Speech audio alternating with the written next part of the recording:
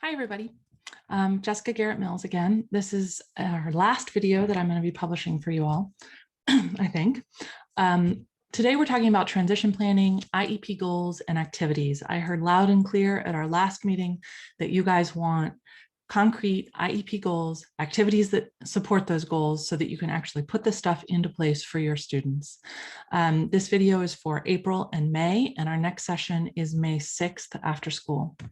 A reminder, all these resources are available at ontrackacademiccoaching.com/UAPD. Okay, so we've talked a lot about assessment. Now we're moving on to planning, particularly IEP goals, and instruction and support for that plan. A reminder of the transition domains that we're going to be focusing on: PINs, working, learning, living, and self-determination. And I've heard from some folks that the learning domain is particularly a little tricky to think about how that works for transition planning, because a lot of the learning goals that you, especially for your college-bound students, a lot of those learning goals don't look any different for the transition planning portion of the IEP than they do for your regular IEP for high school. Many of the goals you're already using are transition goals too. So great. We just want to make sure that we're thinking about how those can help our students bridge that gap from high school to college. When we think about how learning is different in college than in high school for students with executive functioning challenges, it's important to remember our students are going to need to be much more independent, and our students are going to have far fewer supports. There's a lot less in terms of support in the structure of their day. There's a lot less of support in the classroom. There's a lot less of support from teachers. They have to be much more of self-advocators. It's a big step for a lot of them. I have done a little video on a day in the life of a college student with executive functioning challenges, and that little slideshow is available at www.ontrackacademiccoaching.com/UAPD. And I will also upload just a sheet that tells the story there in case you don't want to watch the video. But I encourage you to look at that and think, like, what is different here about high school? Is it just more of the same? In a lot of the cases, it is. But are there also unique challenges?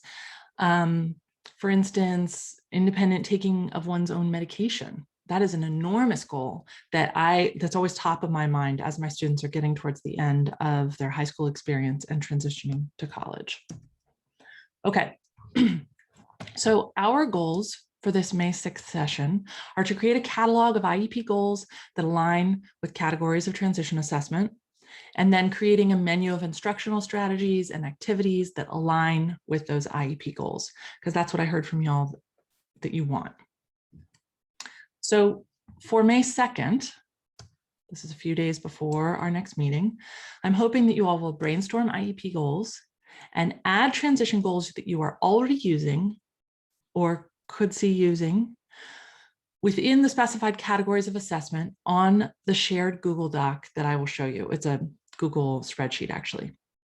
And if everyone could aim for 12 distinct goals, maybe that you just cut and paste from other IEPs, I think that would give us, over 100 goals to look at for IEP goals. Some of them are going to overlap. Some, not all of them will be relevant for every student, obviously. If 12 distinct goals sounds outrageously high, then don't do that many. If 12 distinct goals, if you can do that in 10 minutes, which I doubt, but maybe you've already got a catalog of goals and you just want to cut and paste them in there, then add as many as you can. This is supposed to be helpful for you, useful for you, and not onerous. So adapt this as you see fit. Goal number 2, brainstorm and search for activities that support and correspond to those IEP goals.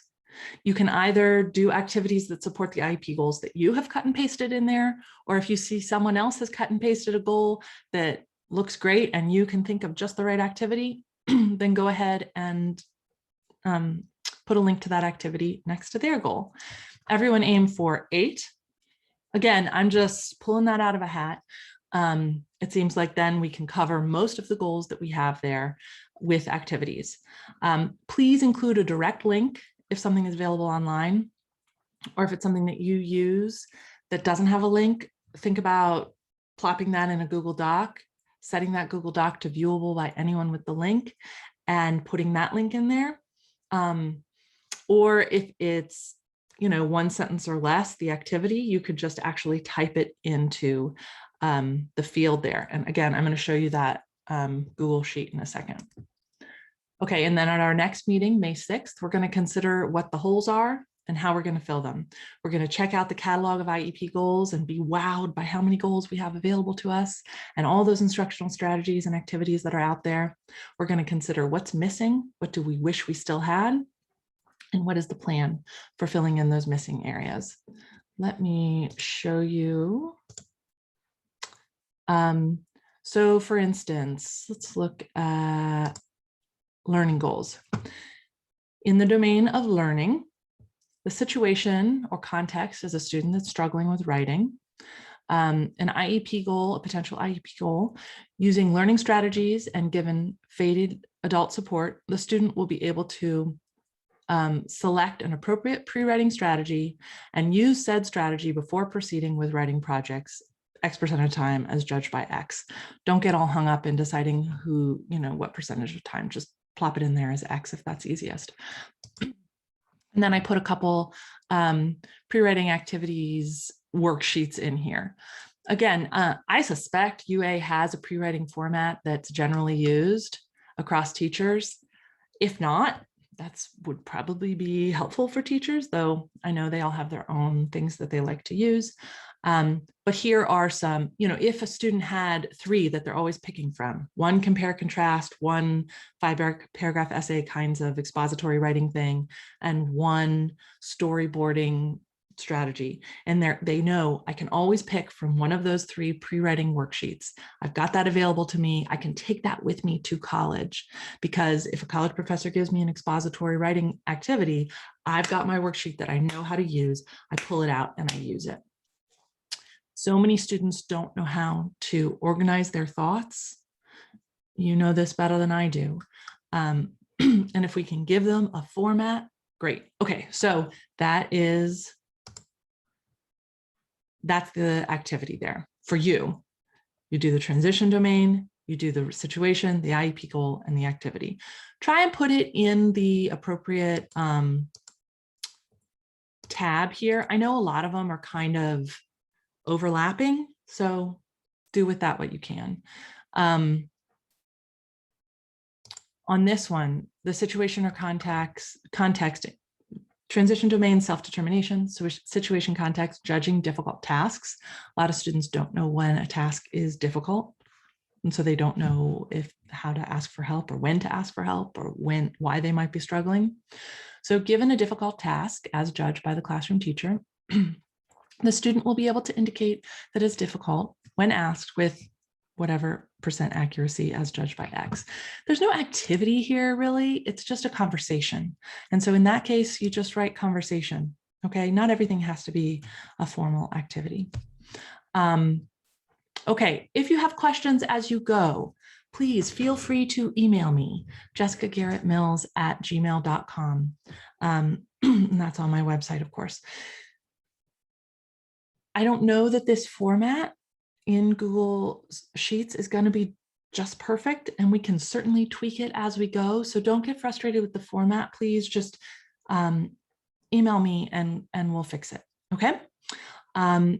If you have any questions at all, email me. I'll be popping in here to fill in blanks. If I see that there's no activity and I happen to know of a great activity, I'll be participating too.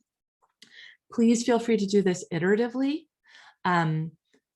Put in your IEP goals and then come back later and pop in a couple activities and then come back later and see how it's growing. I hope that it can be a shared document, a shared project that we can add to over time. Okay, thanks for sticking with me, and try and aim for May 2nd on this stuff so that we have a few days. I have a few days to get in and kind of clean it up before the 6th. Okay, see y'all soon. Bye.